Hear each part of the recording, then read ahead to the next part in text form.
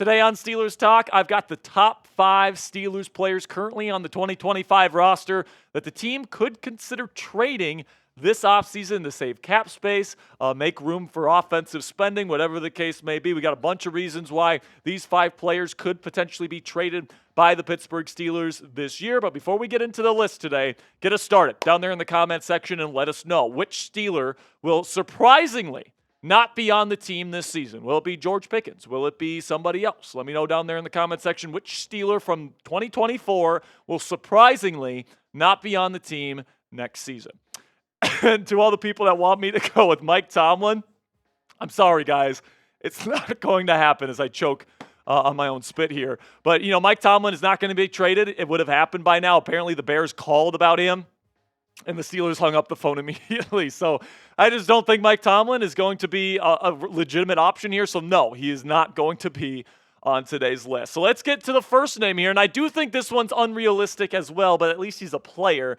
And I do see the reasoning why some people are throwing around the idea of trading TJ Watt this offseason. Now, to be clear, I don't think the Steelers are going to do it. I really, really doubt that a defensive-led culture like the Steelers, which values superstar defensive players like TJ Watt, are going to let him go, all right? I just don't think it's going to happen. He's on the final year of his contract. In my opinion, guys, they're probably going to extend him. I think they're going to make him the highest-paid edge rusher in all of football. This team is massively more successful when he is on the field. You guys have seen the record when he doesn't play in football games. I'm pretty sure in his entire tenure with the Steelers, if he's not playing because of injury, the Steelers don't win that game. I think they're 0-whatever without him on the field. So the Steelers clearly see him as a valuable piece.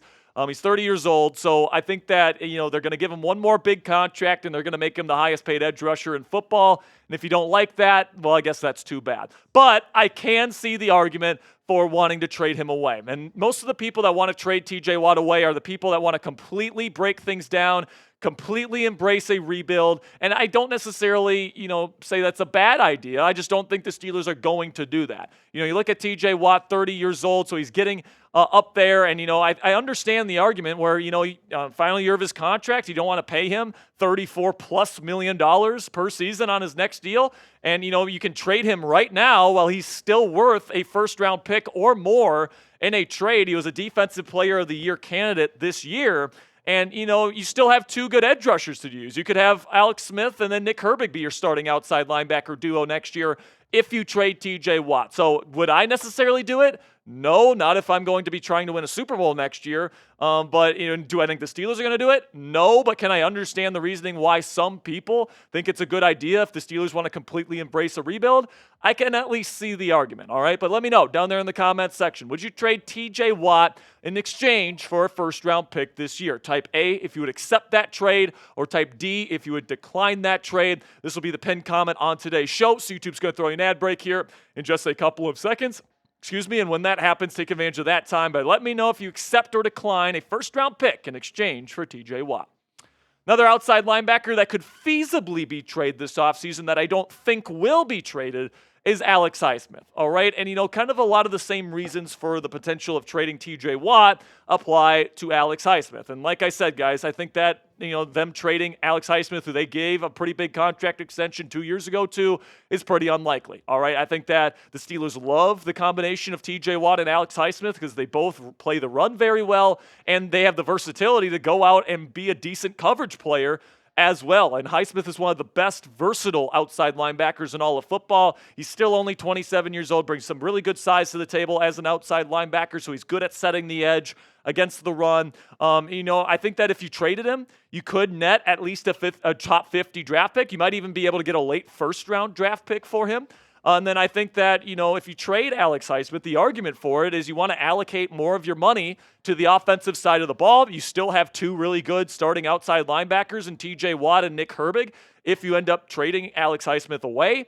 And, I think that that's probably the argument for Alex Smith instead of TJ Watt. But to be clear here, guys, I don't think either is going to get traded because Mike Tomlin really cherishes these guys on either end of the line. So coming up here on Steelers Talk, I got my top 3 2025 trade candidates for the Pittsburgh Steelers. But before we get into that top 3, let's have a word from our sponsor here at Public Rec. And let's be real, guys, wearing uncomfortable clothes just isn't worth it anymore.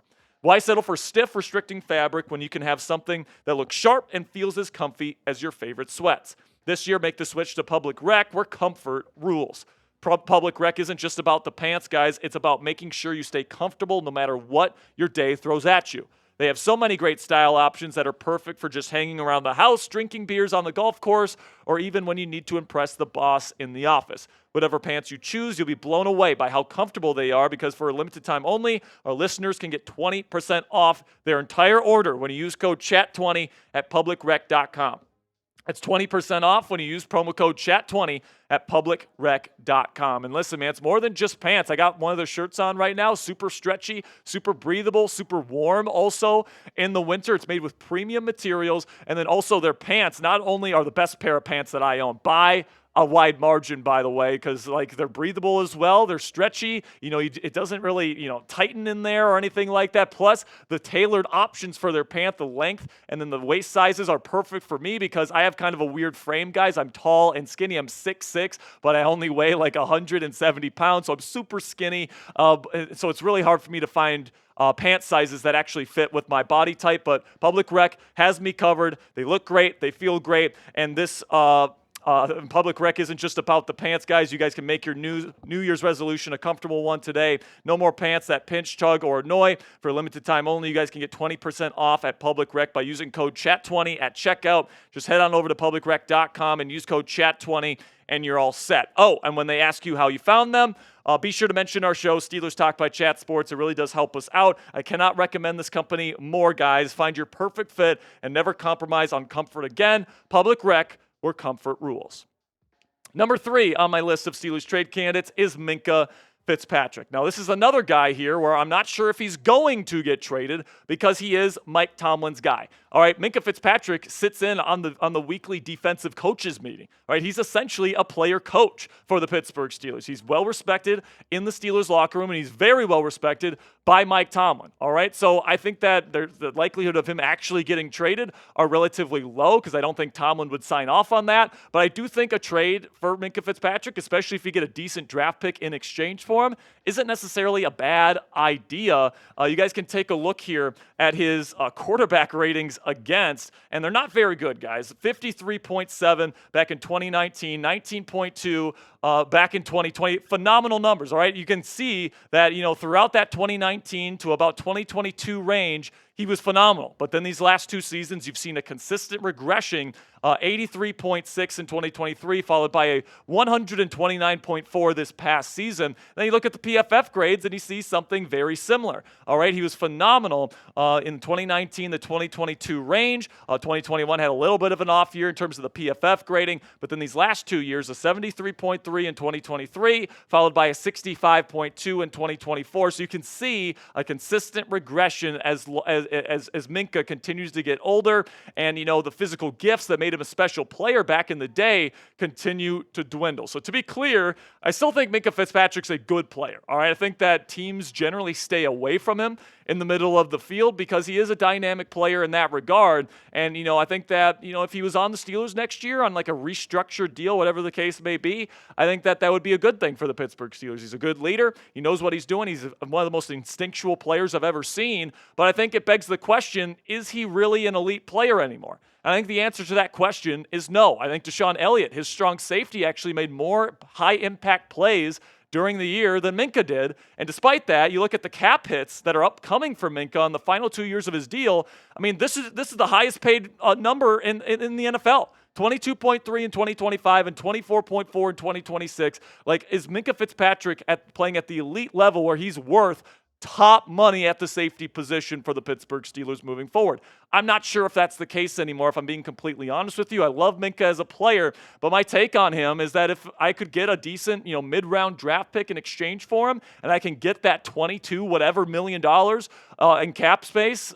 back to me for this season, and I can go out and get a replacement for him at free safety this offseason, I would consider doing that. I really, really would. I love what Minkah brings to the table, but $22+ million over the next 2 years for a safety that's no longer producing at an elite level, I think is not necessarily the best way for the Steelers to allocate their financial resources. And if you have that extra money, at your disposal, you guys can get a pretty decent free safety option here. Tyrann Mathieu, the Honey Badger, Justin Simmons still had a pretty decent season this year with the Atlanta Falcons. Javon Holland is a younger guy that's really been playing well for the Miami Dolphins, who's going to be a free agent. He's going to get a bag. And Jordan Poyer has been a solid veteran as well. And if you don't like any of the free agency options, you can get one of the top safeties in the draft with that draft pick you get in exchange for Minkah. Malachi Starks would be a first-round guy, but he's a special talent, man. Xavier Watts, similar way. I think that he's going to be a special playmaker as well in the league. He played great for the Notre Dame Fighting Irish this year. Then Sebastian Castro and Kevin Winston Jr. are two guys in the Big Ten that I also think are going to be day one starters at free safety in the National Football League. So I think that there are ways to replace Minkah Fitzpatrick. And, I think if you're going to trade away one of your defensive pieces to reallocate some of these funds to the offense, I think Minkah is the one that makes the most sense. So you tell me down there in the comments section, would you trade Minkah Fitzpatrick in exchange for a third-round pick? Give me a yes or a no down there in the comments section. And then if you replace Minkah, let me know the safety that you would like to see replace him. Number 2 on my list is Larry Ogunjobi. And, I think the Steelers are in a position here where I would like to see them trade Larry O if they can get something for him. Because personally, I have somebody in mind that I want to play his position. Right now, Larry Ogunjobi plays the 5 technique spot on the Steelers defensive line. But, my vision for the 2025 Steelers is to put Keanu Benton in that spot where he is being more of a penetrator on the defensive line, where right now Keanu Benton is stuck as the nose tackle at just over 300 pounds. He has to take on double teams consistently. And, because of that, he's not really allowed to be the disruptive interior pass rusher that really he has the potential to be. I think he could be one of the best interior pass rushers in all of football, but because the Steelers put him at nose tackle and he's taken on all those double teams, he's more of a run stuffer in a run stuffing role. I think that the Steelers would benefit from getting a true nose tackle and then moving Keanu Benton to the 5 technique. But hey, if you're moving Larry Ogunjobi to a rotational spot next year, a $10.5 million cap hit for a rotational player is quite hefty. So, could they, keep Larry O on at that cap hit? Sure, they potentially could. Maybe they restructure him. And they lower that cap hit a little bit. But I think that, trading him could save $7 million in cap space for this football team, and I think that'd be beneficial. All right, I think the Steelers want to make sure they get the right quarterback. They want to make a splash at corner this free agency. I think they want to make a splash on the free agency market. And that extra $7 million, if you can get like a 6th or 7th round draft pick in exchange for Larry Ogunjobi, I think would be more than worth it for the Pittsburgh Steelers. The number 1 on my list, the most likely Steeler to be traded this offseason is, yes, George Pickens. I do believe the smoke around a potential Pickens trade is real. And I think that the way that it's going to work here, guys, is I think the Steelers want to keep Pickens, but only if they don't have to sign him to an extension. I think they want to play out his rookie contract, but I think that George Pickens is going to want the extension this offseason. I don't think he wants to just play with the specter of just playing on his final year of his contract. I think he wants to be locked up, and I don't think the Steelers are going to want to give him the money that he wants to get, which is probably going to be $28+ million per season to be this team's number 1 receiver. So I don't think these two are going to come to an agreement. I think eventually Pickens is going to say, if you're not going to extend me, trade me elsewhere. And I think the Steelers are probably getting ready to move on from George Pickens, and I think they'll oblige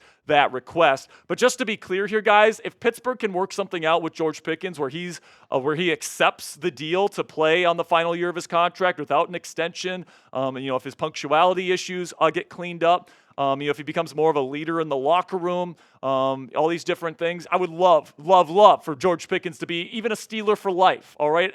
I love his talent. I love watching him play, but at the end of the day, you got to fill your locker room with people that do the right things consistently, and according to the reports coming out of Pittsburgh, that has not been George Pickens the first 3 years of his career. So I think what the plan is for the Steelers here is to trade away George Pickens for the best draft pick they possibly can. They're going to sign some sort of veteran to be their number 1 wide receiver in free agency next season, and then they're going to draft a wide receiver either in round 1 or round 2 of the NFL draft to be kind of the future at the wide receiver position for this football team moving forward, and that's going to be the plan. And then they're going to have Calvin Austin III and Roman Wilson as kind of supplementary 3rd and 4th wide receiver options outside of the top 2. So the top free agents, wide receivers, I think the Steelers are going to be keeping their eye on. T. Higgins, a little bit unlikely in my opinion. I don't know if the Steelers are going to pay T. Higgins the money that he wants. Chris Godwin's an interesting one. DeAndre Hopkins, I think, would be an interesting one as well. And then Stephon Diggs and Amari Cooper are also 2 other free agency options that will be out there as well. But honestly, I don't like those guys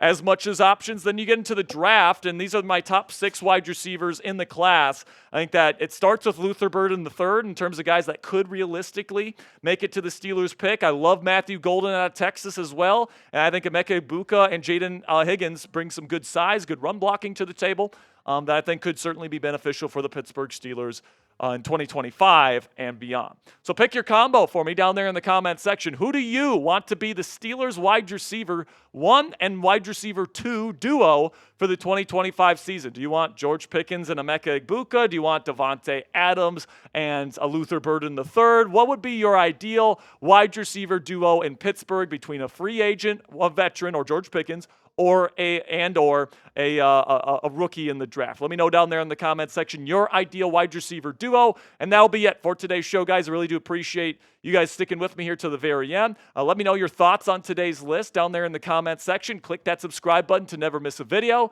And until next time, guys, here we go, Steelers.